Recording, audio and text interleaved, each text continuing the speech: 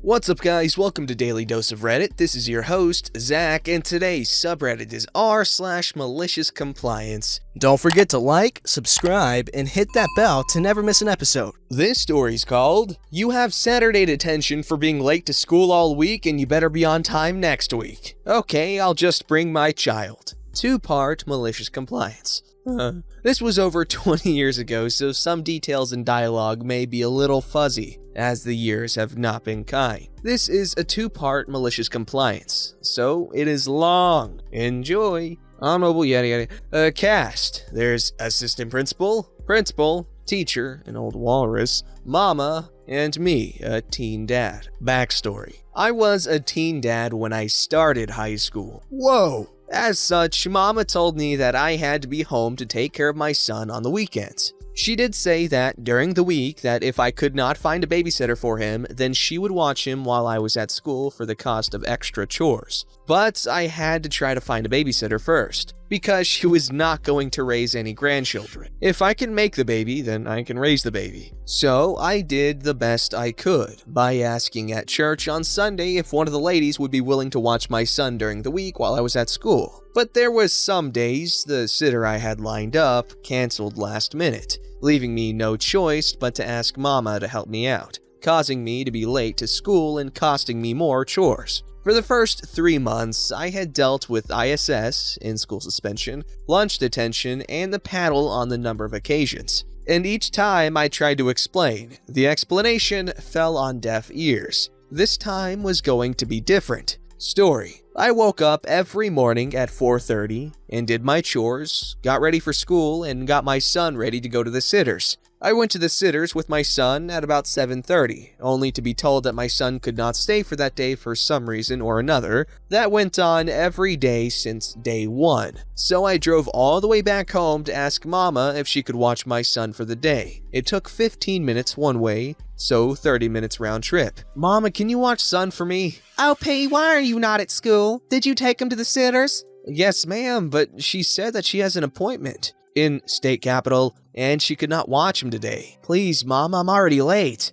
Okay, OP, I'll do it, but you are doing the dishes tonight. I gave baby to Mama and drove the 20 minutes to school. Every day the sitter had a different excuse, and it wound up costing me some extra chores to pay Mama for watching the baby. First night, dishes. Second night, laundry. Third night, cooking supper. Fourth night, more dishes. Fifth night, cooking supper. By the time I got to school, it was almost 9 and first period was almost over. I go into the office to get my pass to go to class. Monday through Thursday, nothing happened. I got my pass and went to class. I gave the pass to the teacher and accepted the scolding from the teacher. Friday morning, however, when I went into the office to get the pass, principal called me into his office. I walked in his office. Principal, assistant principal, and teacher are in there waiting for me. OP, have a seat. I do, and he continues. OP, teacher tells me that you have been late to class all week. You know that all students must be here at or before 8 o'clock. We have had this discussion before, have we not? Now, do you care to explain why you are late every day? Yes, sir. We have had this discussion before, and every time we have, I've told you every time that I have a hard time getting a sitter. Assistant principal interrupting me. That is no excuse. What does you needing a sitter for your siblings have to do with you being late every day? Yeah, I am tired of hearing that excuse. Now you be in my class Monday morning on time or you will be sorry. Do I make myself clear? Then he walks out before I could answer him. Assistant principal says, Well, I'm waiting. Tapping her foot. You better answer me now, young man. Well, ma'am, I don't need a sitter for my siblings. I need a sitter for my son. Had you not interrupted me, I would have told you that. Assistant principal was mad that I had the nerve to talk to her like that. However, principal spoke up before assistant principal could get her words out. OP, watch how you speak to assistant principal. Or do you need to have another talk with the paddle? I think since you want to be late all week, then lie about it and speak so rudely to assistant principal. You can have Saturday detention for the next 4 weeks. You will not be late. You will not make excuses. And you will apologize to assistant principal for your rude behavior. Do I make myself clear? Yes, sir. I understand. To assistant principal, I'm sorry for being rude and disrespectful. Good. Be here at 7:45 in the morning. 1 minute late and you will have to deal with the truancy officer. Am I clear? Good, now get out of my office and get to class. I got up and left. I started to hatch a plan to show them how unreasonable they were being and that I was not lying about having a child. So when I got home, I told Mama what happened and my whole plan. After taking the punishment for getting in trouble at school, she laughed and told me to be careful and not raise the hornet's nest too badly. The Malicious Compliance Part 1. Since I had to spend all day Saturday and Sunday with my son, well, you can see where this is going. I packed my son's diaper bag with everything he would need for 5 hours, grabbed my bag that I put together the night before, loaded up in the car, and then had my brother drop us off at the school at 7:30. Detention started at 8.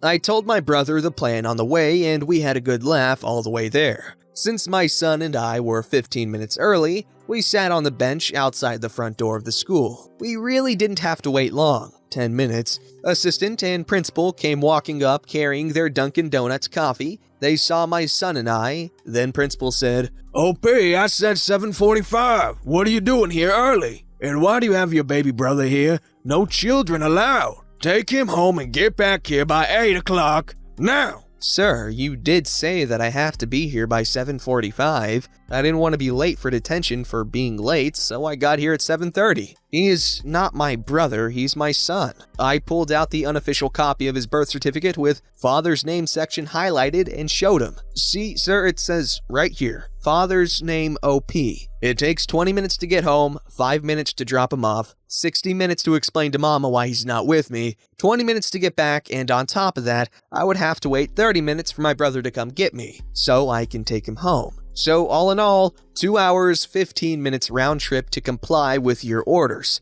It is 7:40 now, sir. By the time I do all of that, it'll be 9:55. So no, sir, I cannot follow that order, as I would be 1 hour, 55 minutes late getting back. Sorry, sir." Assistant principal says, We'll be calling Mama to come get the child. Don't you think you can get away with this sort of behavior? We go in, they call Mama and told her how rude and disrespectful I was being and that she needed to come get my son, to which Mama told them, relayed to me by Mama after I got home, Really? That sounds like a you problem. It also sounds to me like you are the ones that are being rude and disrespectful. That is OP's child. It is his time to spend with his son. If you don't like it that OP brought his son with him, then maybe you believe him when he tells you something. Don't bother me again over some BS because you got your feelings hurt. Grow a spine and grow up. That was that. They didn't bother me or my son for the rest of the detention time. I brought my son with me for the whole 4 Saturday detentions. After that, I never received another Saturday detention. The Malicious Compliance Part 2.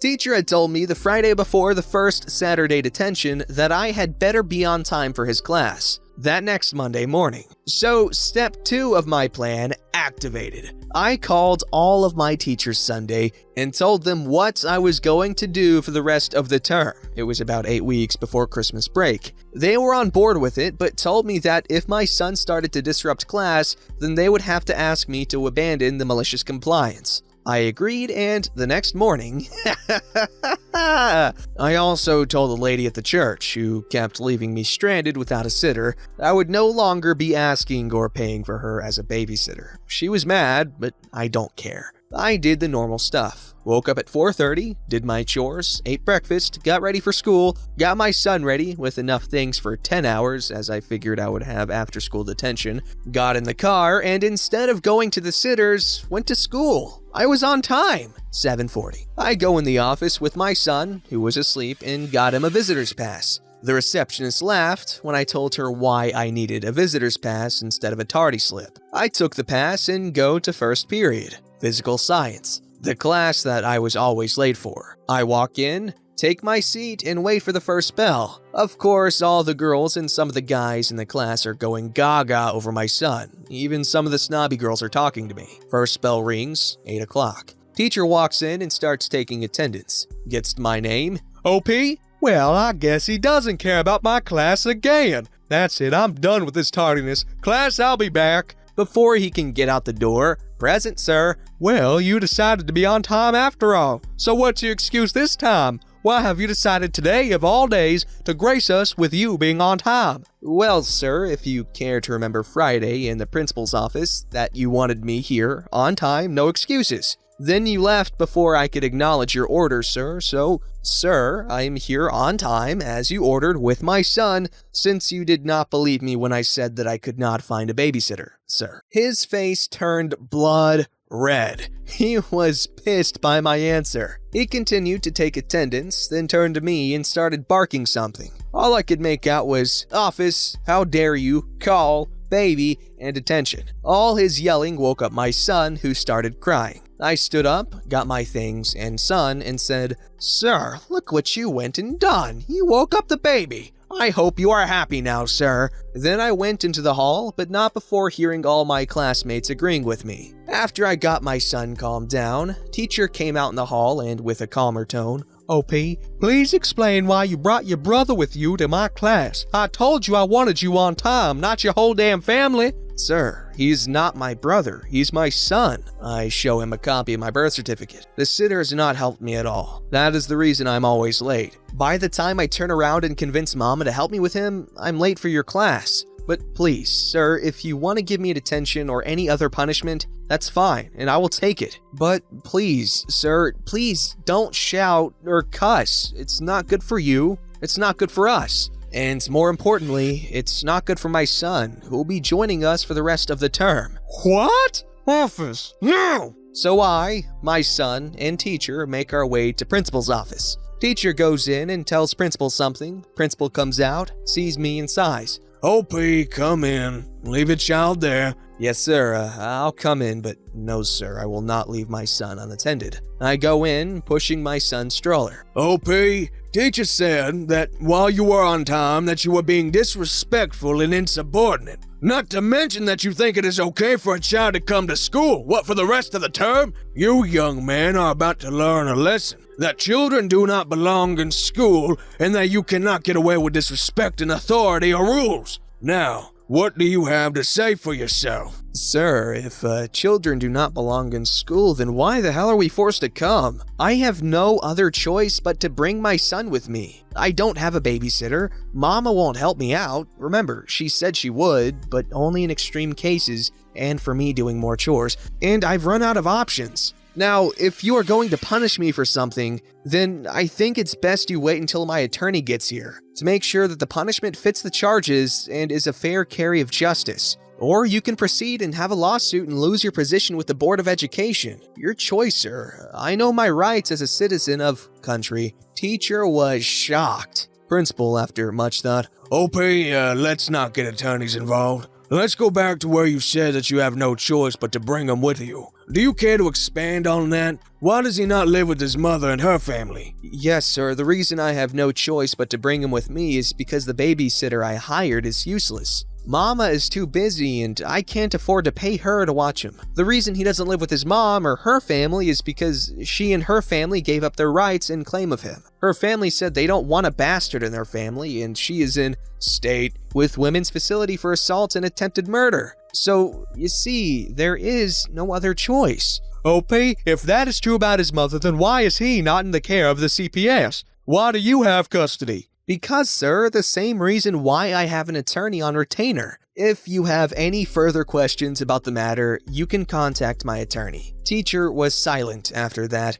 After a really long discussion, I went on about my day. The other teachers were okay with my son being in their class. I contacted my attorney when I got home from school. He contacted the Board of Education and got them to agree that my son could indeed attend classes with me until either I found a babysitter or finished the term, due to my situation. I ended up changing schools before we went back after New Year's. I did find a wonderful babysitter who was available when I needed her, for a really great rate. Also, I ended up having to retake physical science as I had failed at the first school, but ended up passing the class with an 87, or a B. People think it's hard to be an adult, married, and have a child. Ha, I only wish I could have complained about that. That is easy compared to my experience in high school. Note, when I say I drove to school, I had my learner's permit. My brother, 20 at the time, was the one who was teaching me how to drive for a fee. I didn't trust my son to just anyone, so I would be late to school, despite the fact that I knew the penalty for doing so. There were consequences at home for me being in trouble at school. My learner's permit was taken when I got Saturday detention. Waking up at 4:30 to do chores before going to school, we lived on a dairy farm. Why go inside to call mama? This was back before everyone had a mobile phone. Paddle? What is that? It was in a school district that paddled students up to graduation, with parents' permission. It was not uncommon to hear of seniors getting paddled one day before graduation, but only if the offense called for the paddle. My go-around with the physical education class was after lunch, so I had plenty of time to be there. I found out from a friend at the school that principal and assistant principal were fired for having personal relations with each other in principal's office during school hours, which explains a lot. Teacher retired at the end of the school year. Good riddance, you old walrus. Thanks for reading. I know it was a lot, but sorry to bore you with a long story. If you have any questions about anything in the story, please feel free to ask. Well, first of all, good on you, champ. I call you a champ because you are a winner in my book for having that much of dedication to your child. One that, from what you've been saying, probably wasn't intended to be had right then and there. Because I remember when I was in 9th grade, I actually took physical science. That was the name of my science class. I literally did nothing but, play video games and, screw around. I mean, I did have to work with my dad at his gas station in the hotel, but it wasn't too much. My point is, I didn't have that kind of responsibility, and you had a full-on freaking child with all this other stuff. That's a rough situation to be in, because even now, being a teen parent obviously isn't easy, but a lot of them have, these support systems. They have family to take care of them, that are willing to take care of them. So I hope everything is good now. I hope the son appreciates all you had to do, because it's crazy. Also, we gotta appreciate the teachers that are understanding, and the Board of Education for once being good. Don't forget to like, subscribe, and hit that bell to never miss an episode.